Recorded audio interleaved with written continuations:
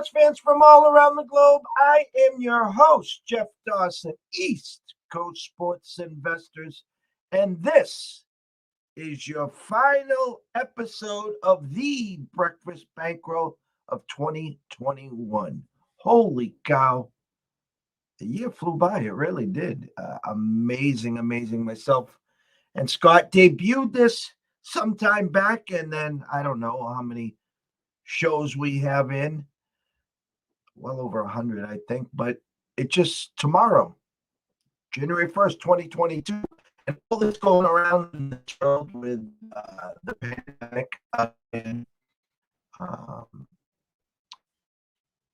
test positive, test negative, false positive, false negative, and all that happy horseshit. We are here political free. We're here to talk sports. We're here to talk edges. We're here to talk numbers, sabermetrics. We're here to hope to get you to the window and cash some tickets. So today, the Final Four is here, and it looks like all four teams are going to play. I was looking for maybe some late signals, overnight moves. I haven't seen much. That Alabama-Cincinnati, they were afraid to get to 14.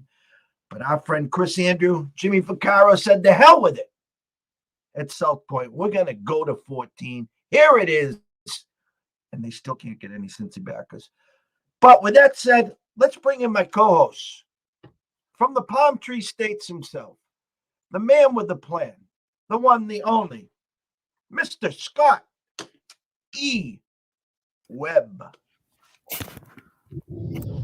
Scotty, my brother, happy New Year's Eve. How art thou? I am good, brother. I am. Well, we're down to the Final Four here, so this is when college football gets fun. I wish there was a couple of good games on before these two games played, but whatever the hell, it is what it is, right?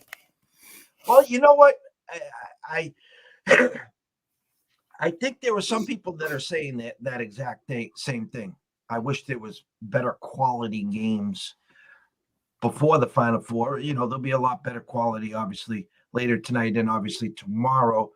But we could go back 18 months when we were scrambling for ping pong and we were scrambling for KHL or whatever the hell, the two cockroaches that were crossing the street over in the expressway, and so I said something on my timeline yesterday. I had no skin in the game. Well, what a hell of a game that Purdue-Tennessee game was. That was just one for the ages. And I'm saying it this way.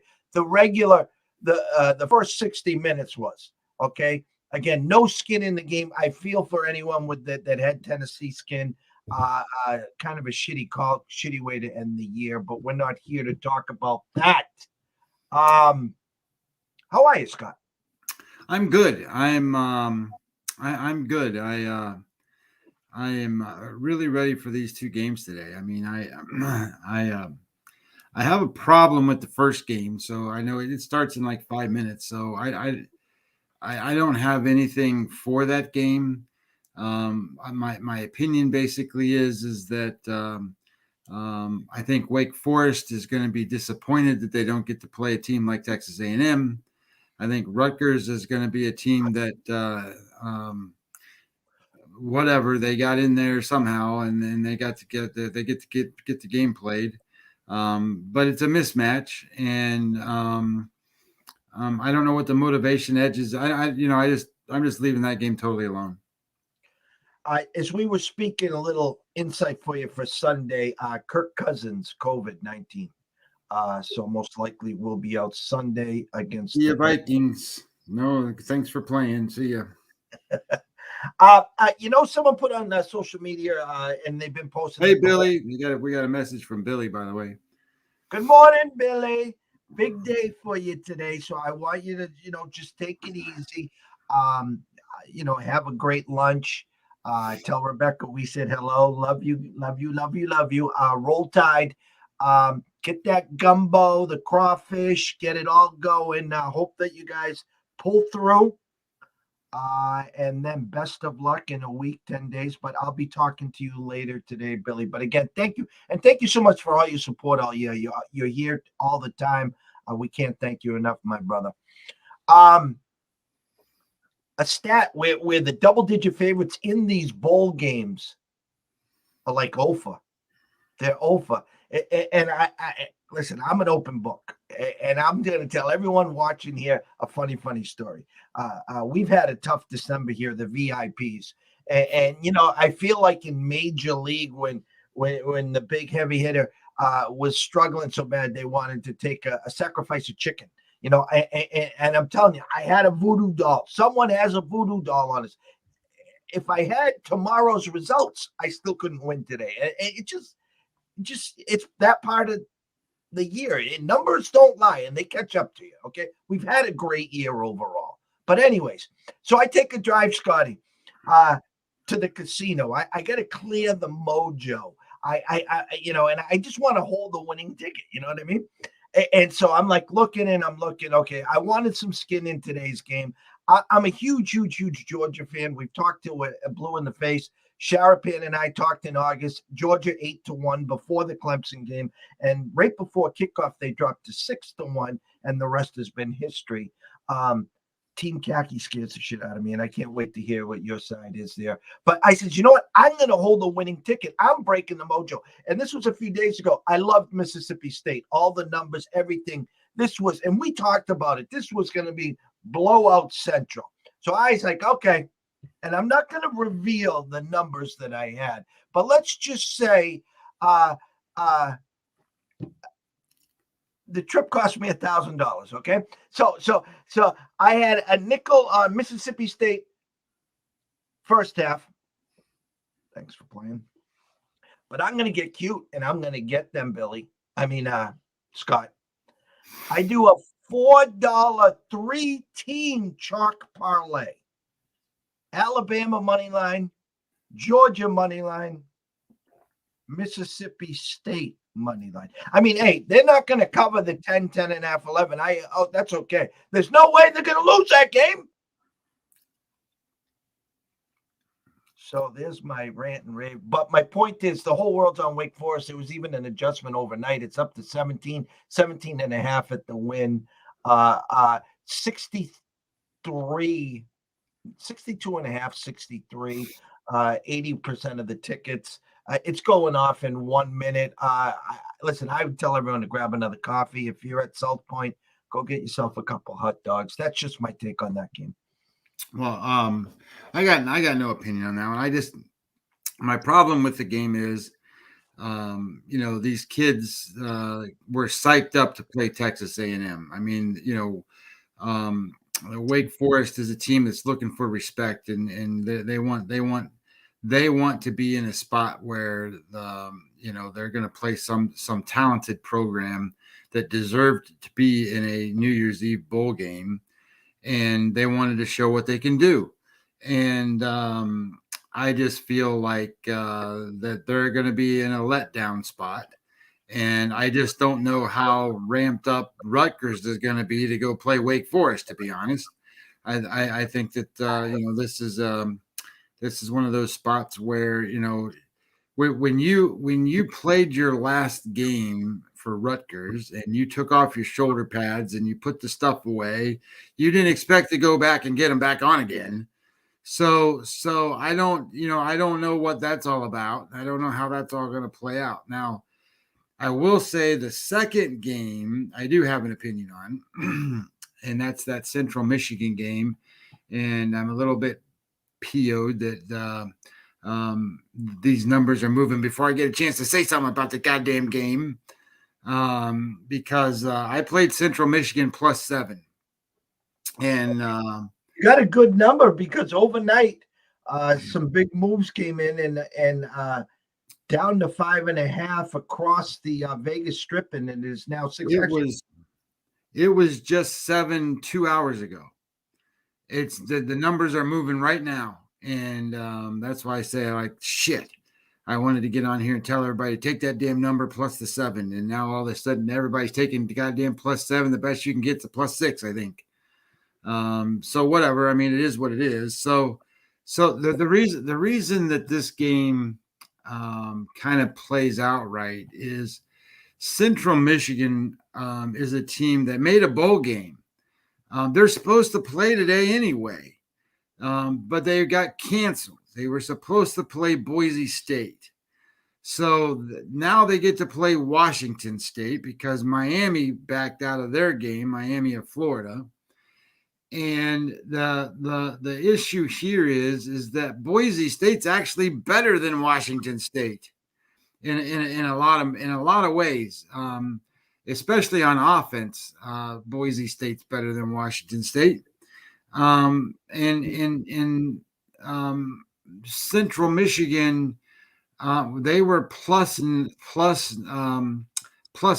against Boise State, and they're plus 7 against Washington State.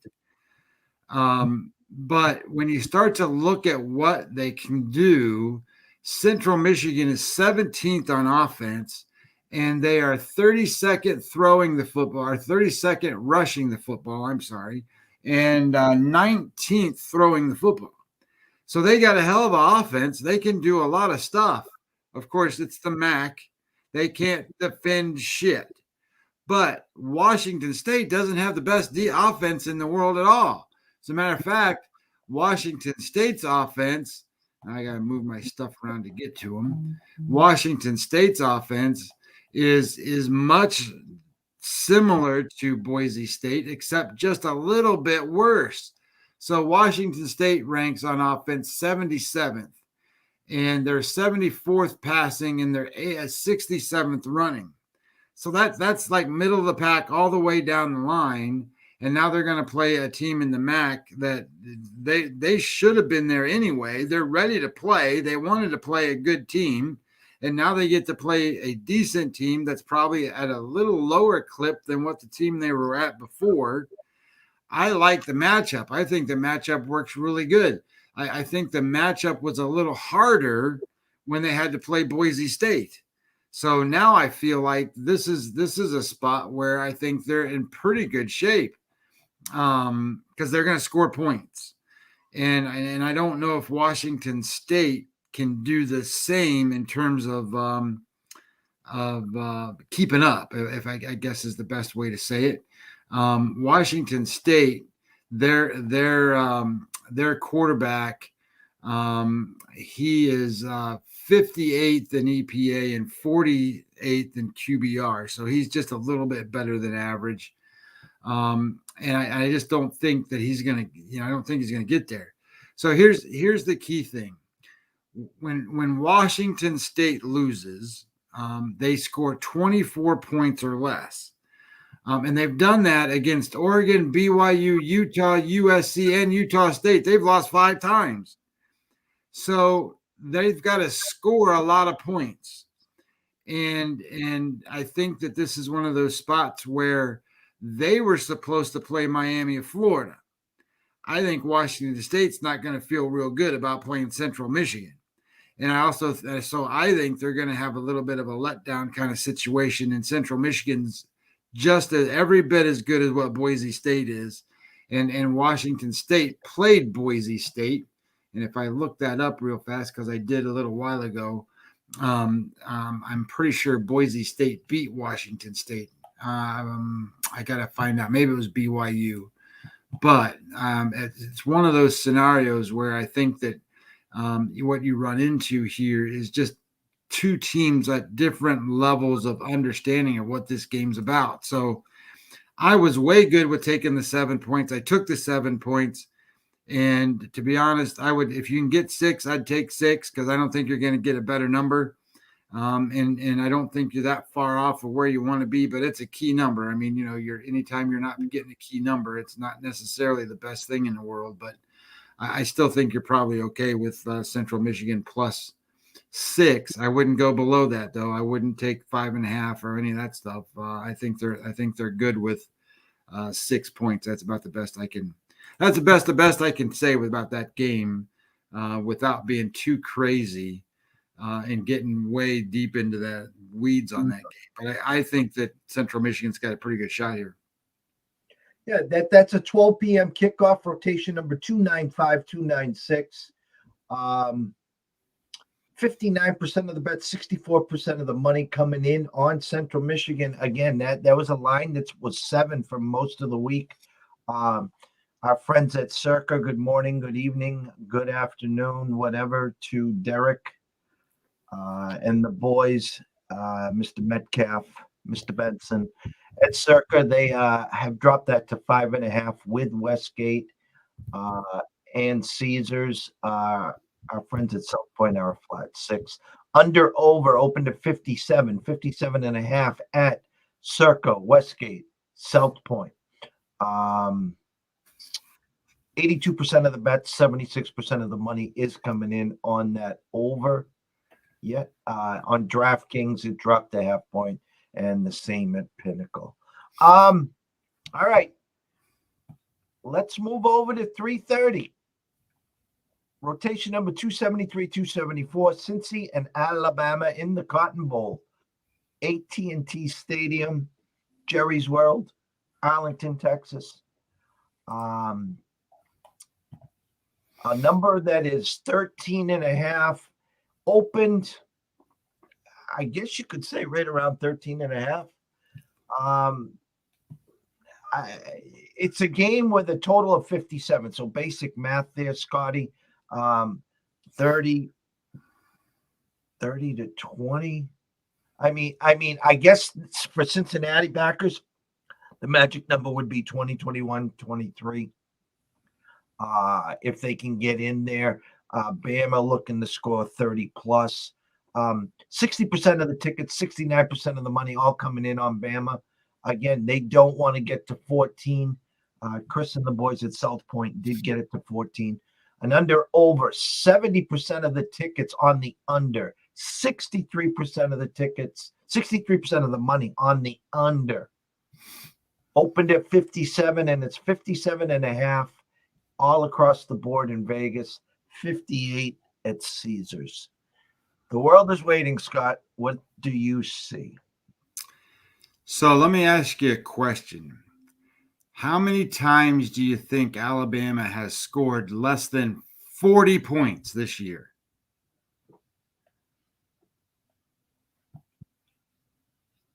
Twice. It's actually 4 times. Okay. But those 4 times was against Auburn, so that's a rivalry game and that stuff. The LSU game, they only scored 20 points. Texas A&M, they scored 38 points. That's the game they lost. And they scored 31 against the Florida Gators. This is Cincinnati they're playing. Okay, Cincinnati's got a pretty good defense. It isn't this good a defense. I guess the best way I can say this is let's preface this by looking at what are the quality wins for Cincinnati at Notre Dame. That's correct. Do they have any other ones? If you consider, I could be wrong on this. It's just on the top of the head. Did they play Houston this year? They did. They beat them.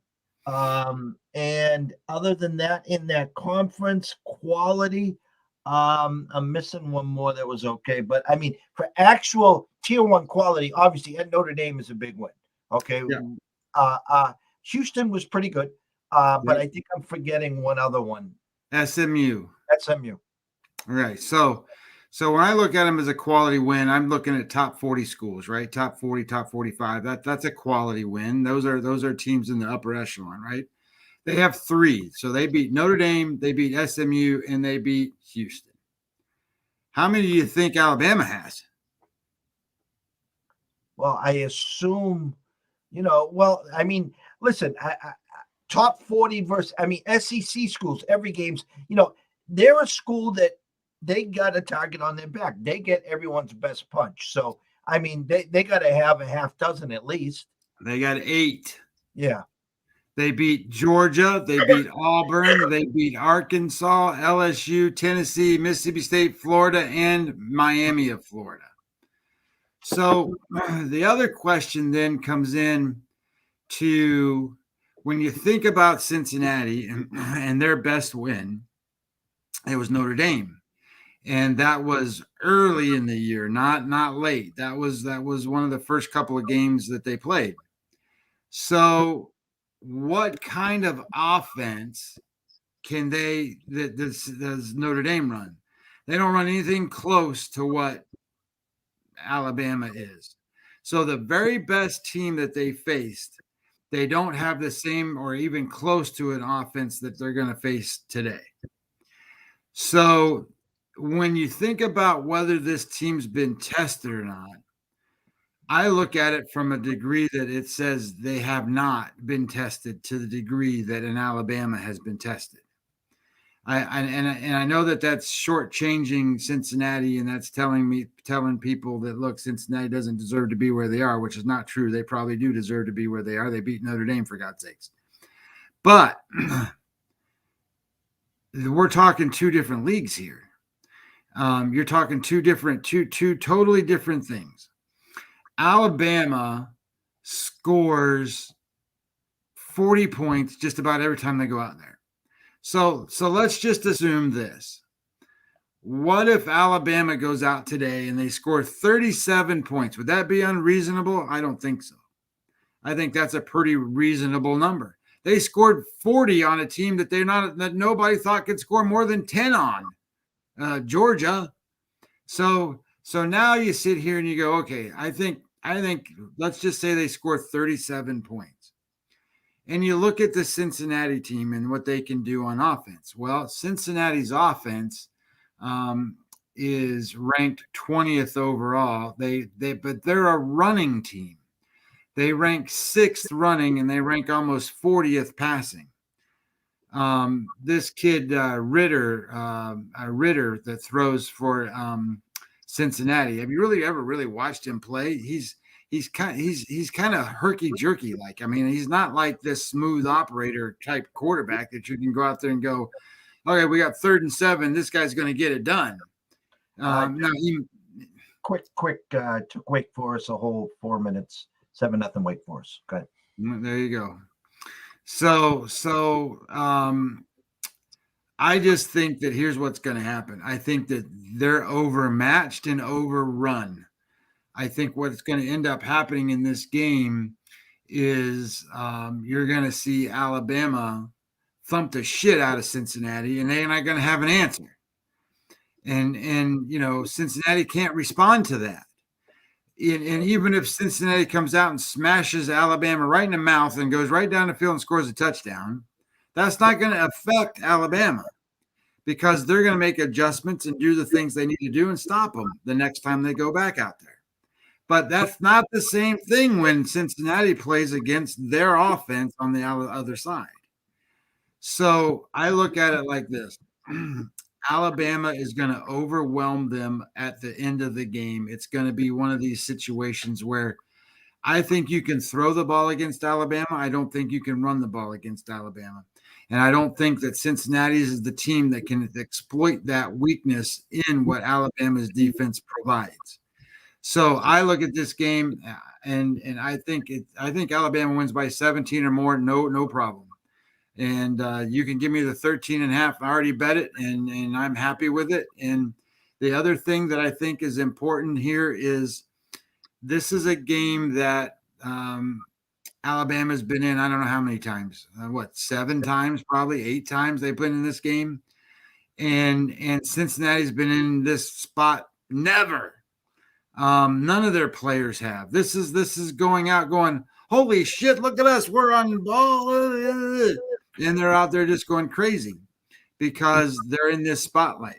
That doesn't mean they're going to play poorly. I just don't think they're going to be able to withstand what Alabama can do. Alabama is also very focused.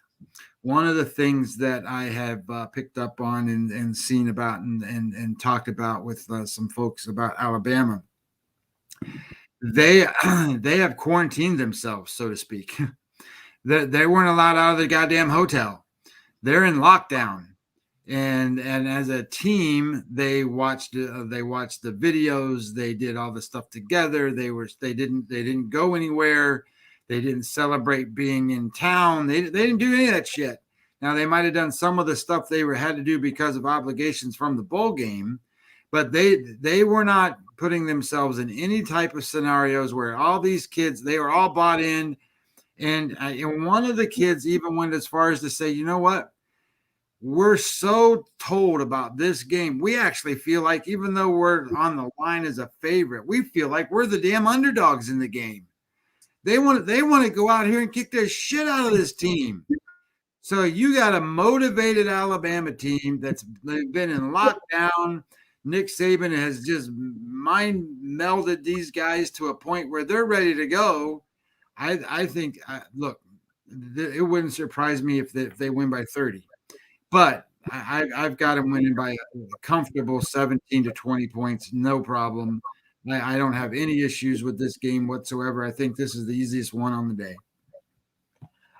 And again, the numbers, I kind of tried to peel the onion back a little here. Team totals: Cincinnati 21 and a hook under 115. Alabama 35.5 under 129. So, initially they're trying to give you the hint 35-21. Actually, Bet Online has it a flat 35 on over 125. My mental thought process on this game is Alabama played the perfect game their last game against Georgia. They had to win to get to this situation where Georgia was already in. And I have said this for a long, long time. They weren't opening up the playbook because they knew deep down, would they have loved to knock Alabama out and get them out fishing, golfing, getting ready for spring ball? 100%. But this was an Alabama and Saban team that had to win to get in, the desperation. And once the game got a little out of hand, they could taste blood, and that was it. And what do we got here? Hofstra and Elion is now postponed due to COVID. So my point is, this is usually the Alabama Notre Dame game. This is what it has been. Alabama, Oklahoma. I mean, I'm not saying can't get to know that they were against Georgia. Cincinnati is the unknown. Okay, as much as maybe people think they're the team of destiny. You got a Georgia team that is spitting nails because they were embarrassed their last game. They had, one of the best defenses in the history of football. People were talking about getting beat up. And then you got Team KHAKI, who no one thought had a chance, and they just beat the crap out of Ohio State. And now they're sitting here, going to watch part of that game. Alabama most likely roll, no pun intended, and get ready for Georgia. So my point is, listen, hindsight is Alabama. There's no doubt about it, because you just don't know what you're going to get when Cincinnati gets punched in the face. Are they just glad to be there? Hey, we made it to the Final Four, guys. We're playing the almighty Alabama. Our game plan is to keep it close, keep it respectable, and let's see what happens in quarter 3 and 4. That's my take on it, because the whole world's on Bama. I mean, in social media, there might be 2 or 3 tickets on Cincinnati. 97 of the others are on Alabama. So I get that part of it. So I'm going to turn the page here to 7:30. Okay. Rotation number 269, 270, Georgia, Michigan, Orange Bowl, Miami. I think after this show, Scott, you might want to just take a quick trip down to South Beach. Get ready for this game. A number that opened up at 8. Actually, our friends at Circa opened this at 9. They opened it at 9, and it's down to 7.5 straight across the Vegas Strip. 7 at William Hill, 7 at Caesars.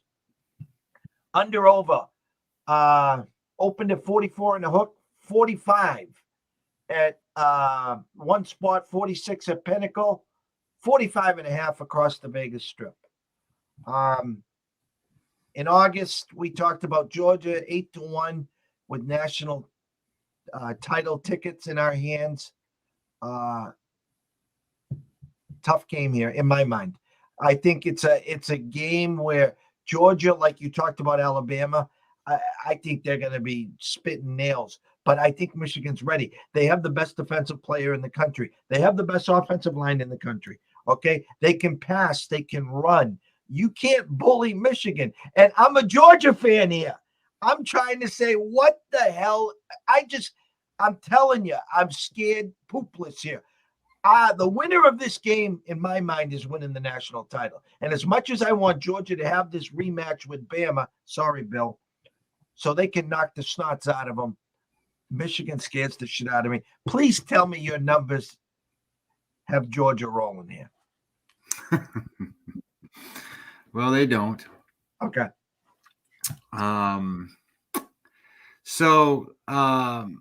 Here's a good thing for you. We just talked about Alabama beating eight teams on their schedule that were in the top 40 or whatever. But did you know that Michigan has played 3 teams in the top 20?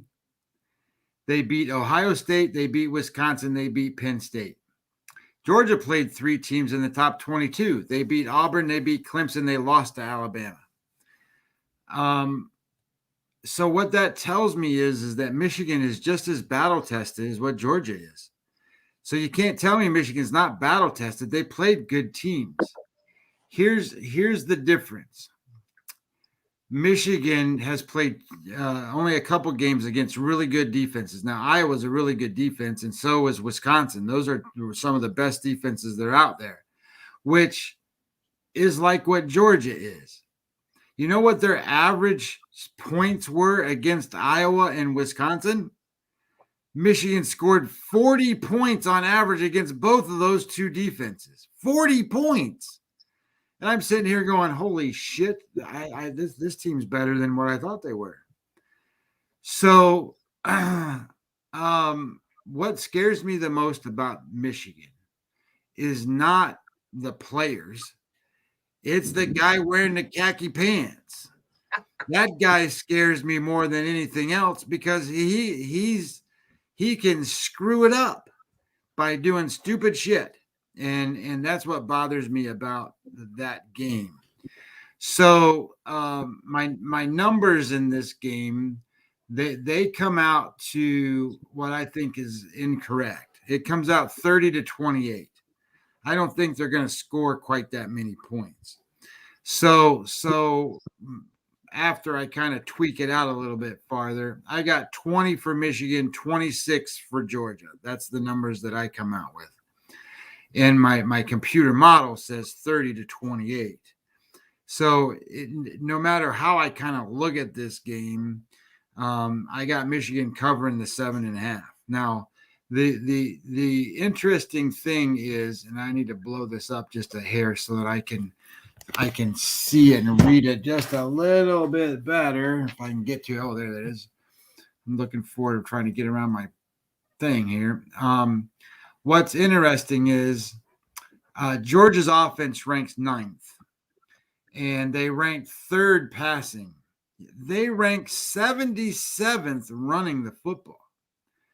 Now, that's not going to do well against Michigan's defense. If you can't run the ball against Michigan, you're going to have a hard enough time trying to pass against them. They're 26th against the pass. So I get it that Georgia's defense is number 1, right? They're number 1 almost in everything across the board. And I get all of that stuff. But it's not that hard to look at Michigan's defense and go, holy shit, this is a really good defense too. And if you're going to try to tell me that Stetson Bennett is going to be the guy that is going to score all the points and make Georgia go, I'm not sure I believe all that. I mean, there's got to be a better mix to make this work. But they've got some advantages here. So when you think about some of the advantages that they have, the drive numbers and things like that. They're number one on defensive point expected rate, defensive value rate, defensive first down rate. All that's number one. All of it's number one. I mean, it's unbelievable that they're number one and all that stuff. But did you know that Michigan on offense points expected rate by drives is eighth? Eighth. And when you look at their overall value on drives on offense, they rank 11th. So they're not playing the sisters of the poor here. This is not some Michigan team that's not going to come out there and have and have the ability to keep up with this Georgia team.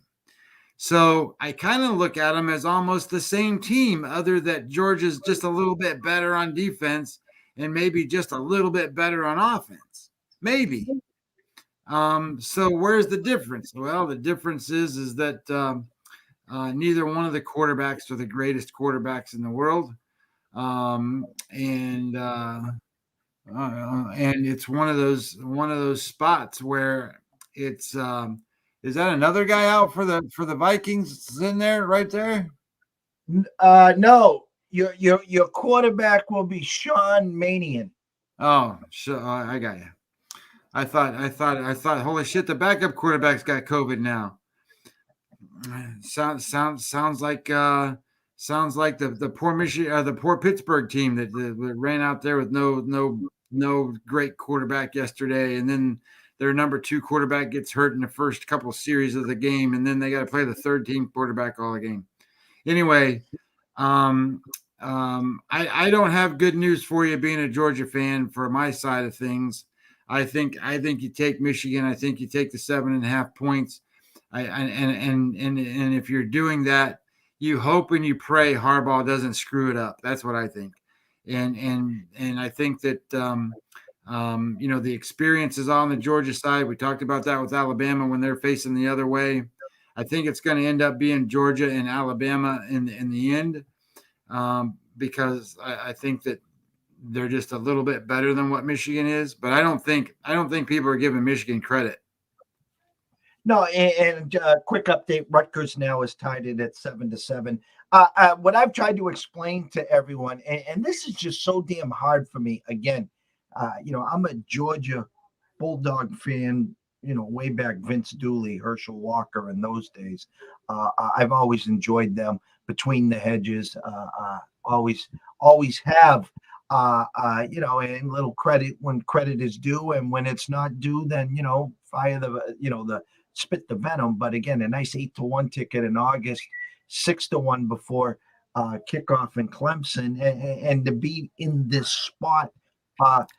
This is not your same Michigan team, by the way. You were talking about Harbaugh. You were talking, this is not the same Michigan team that has been destroyed by Ohio State.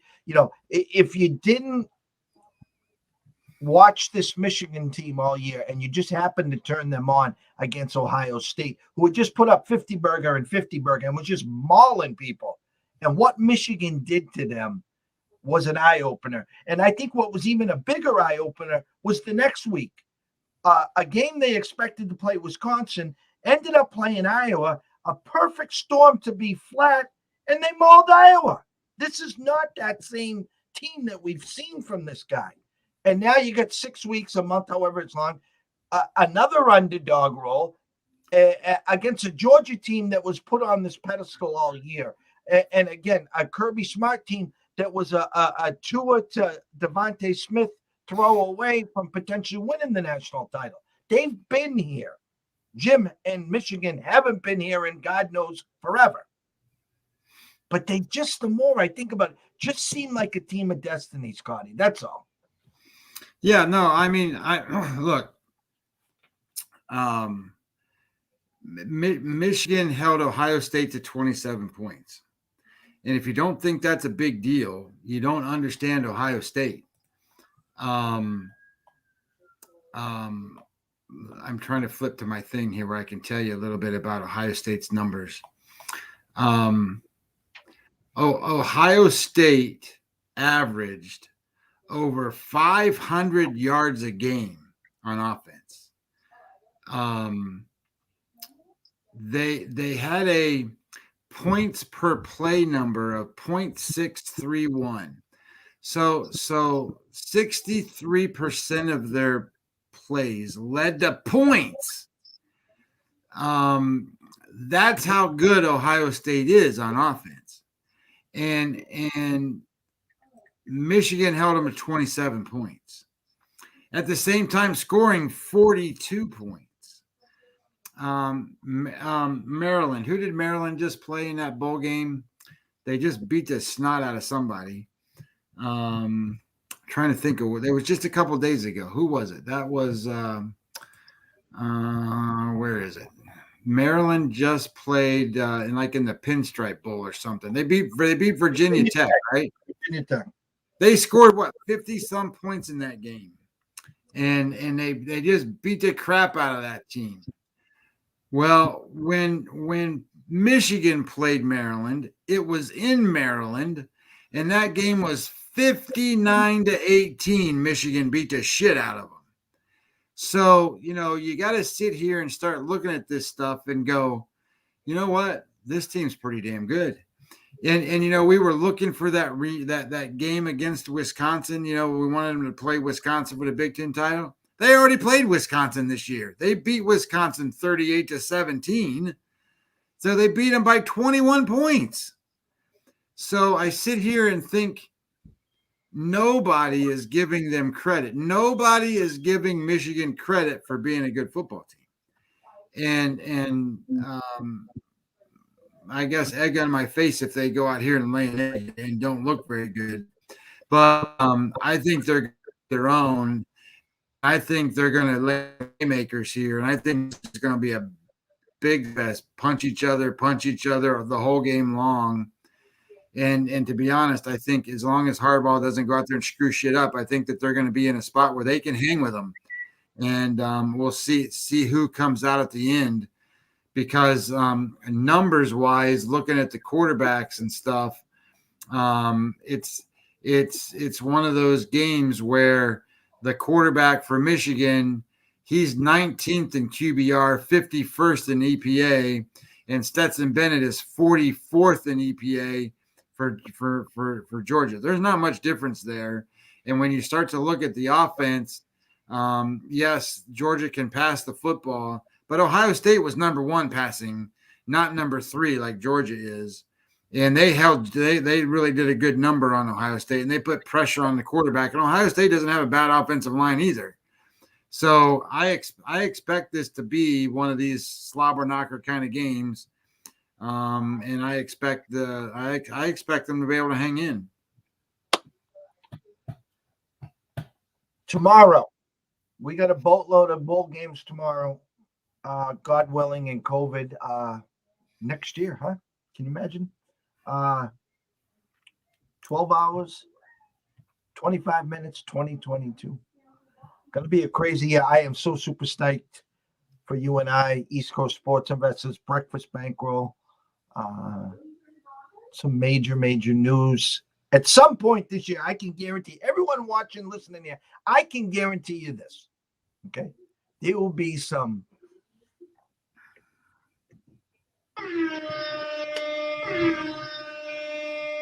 there'll be some 911 breaking news at some point this year. I can guarantee you that.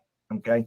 But with that said, our goal here daily is to educate with a few entertains, a few chuckles, a few smiles. But myself and Scott, what's so really I enjoy is just how I come to the number, how he comes to the number. And when we both agree on the number, you better run to that window.